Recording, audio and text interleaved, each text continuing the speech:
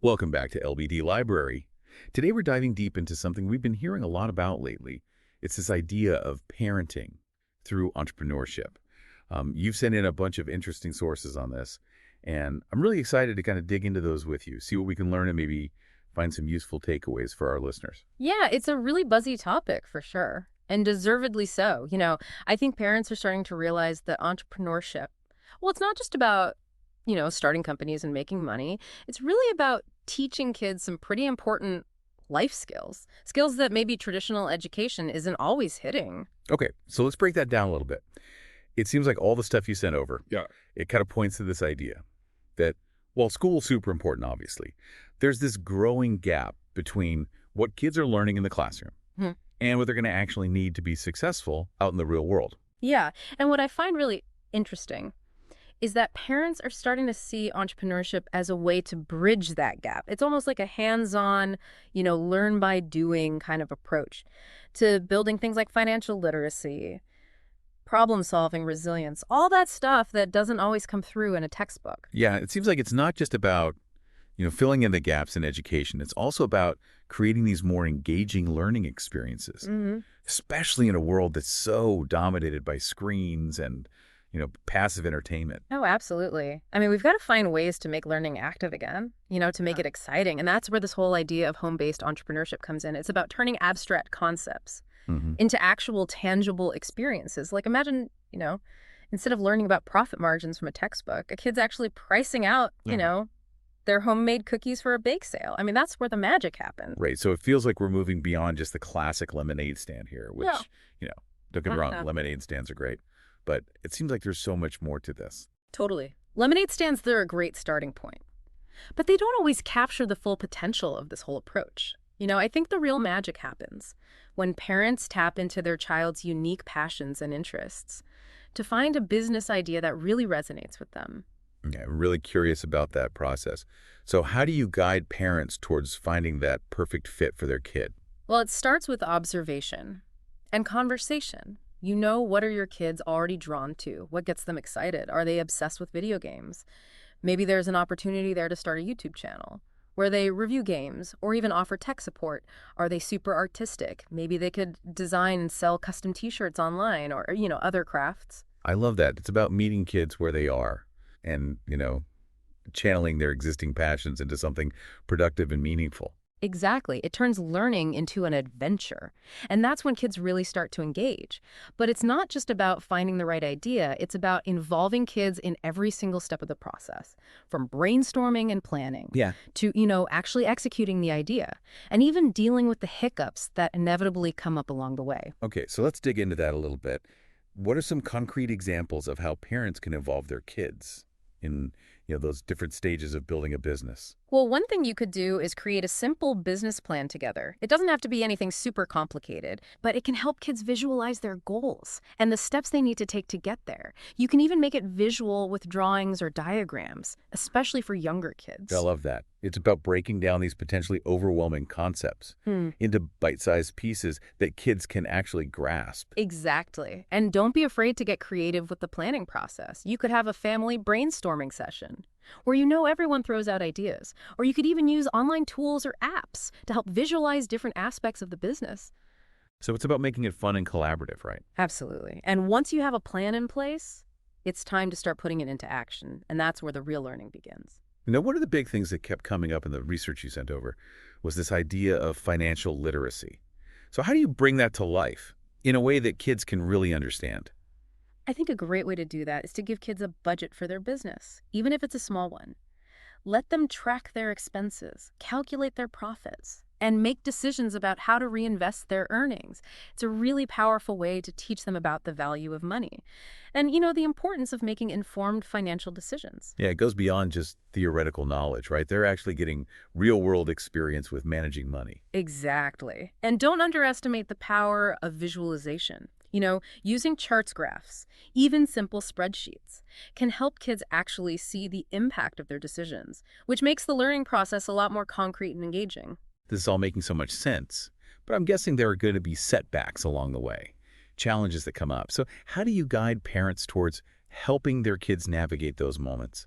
That's a great question. And it's where this concept of resilience comes in. It's about helping kids understand that setbacks were just a natural part of the journey, any entrepreneurial journey. So it's about reframing failure as a learning opportunity. Exactly. Encourage them to analyze what went wrong, brainstorm solutions, and try again. It's about developing that growth mindset. Now, you mentioned earlier that this approach, it's not just about teaching hard skills, right? It also fosters things like communication and teamwork. So how does that play out in the context of, home-based business? Well, think about all the interactions that are involved. In running even just a small business, kids might need to negotiate with suppliers or pitch their products to potential customers, Yeah. maybe even collaborate with siblings or friends on different aspects of the business. These are all opportunities to build essential interpersonal skills that are going to serve them well no matter what they end up doing. So it's like giving them a safe space to practice those skills? Exactly. And it's not just about talking. It's about learning to listen, to compromise, and to understand different perspectives. I'm really starting to see the potential here. It goes way beyond just teaching business skills. It's really about developing well-rounded individuals who are adaptable, resourceful, ready to embrace whatever challenges and opportunities life throws their way. I couldn't have said it better myself. And to really bring this all to life, the research you sent over included this amazing case study about a mother named Sarah and her son Max. Ooh, I love a good story. Tell me more about Sarah and Max. Well, Max was super into technology, always tinkering with gadgets and electronics. And Sarah, instead of just telling him to put down the screwdriver, she saw an opportunity. So they started small, fixing up old phones and laptops, just for like friends and family. It wasn't about, building some big tech empire. It was about nurturing Max's passion while kind of subtly introducing those business concepts. Okay, so did they just stay within that friends and family circle? Well, that's where things get interesting. Max, being, the tech whiz that he is, he suggested they set up an online store. Now, Sarah was a little hesitant at first, but she saw the potential for Max to really learn about digital marketing. That's so cool. I mean, talk about supporting your kids' entrepreneurial ventures, but also, pushing them a little bit outside their comfort zone. Exactly. And Sarah admitted in the article that she had to get over her own tech anxieties. But seeing Max's excitement was totally contagious. They learned how to build a simple website, take good product photos, and even read those, engaging product descriptions. Wow, it sounds like it became a learning experience for both of them. It totally was. And it didn't stop there.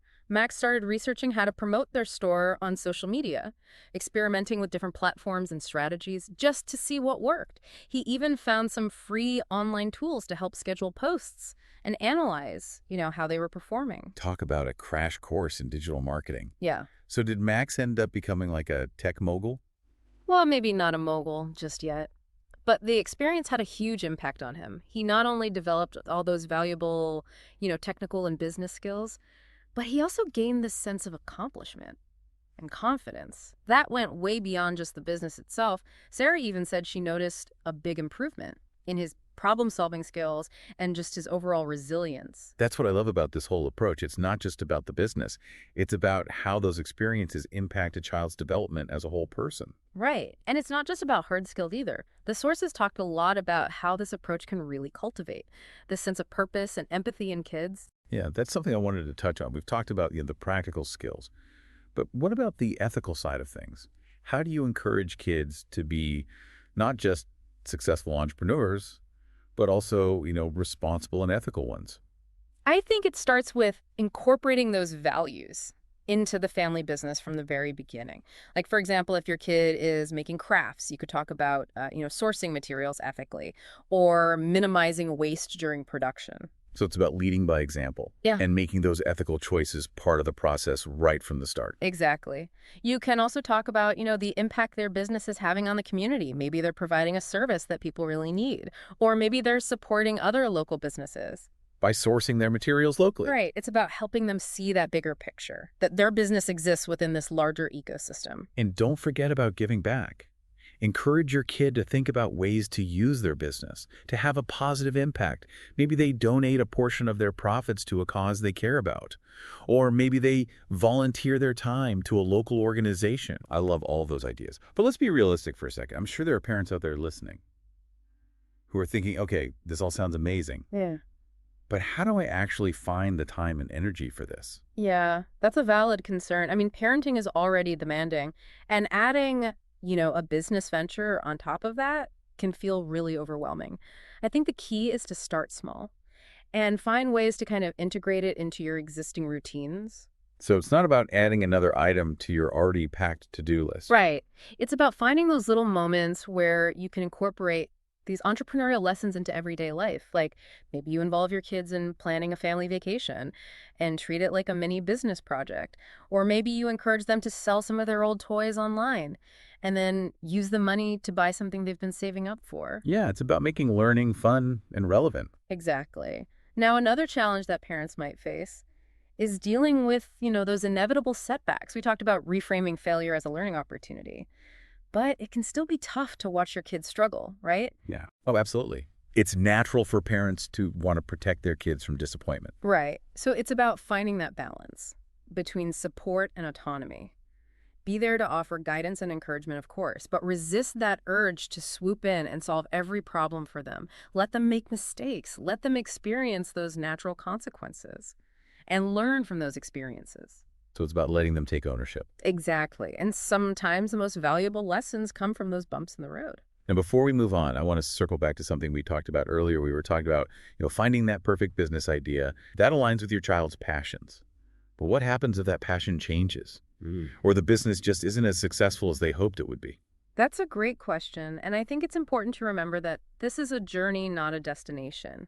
It's okay to pivot, change direction, even close up shop if it's not working anymore.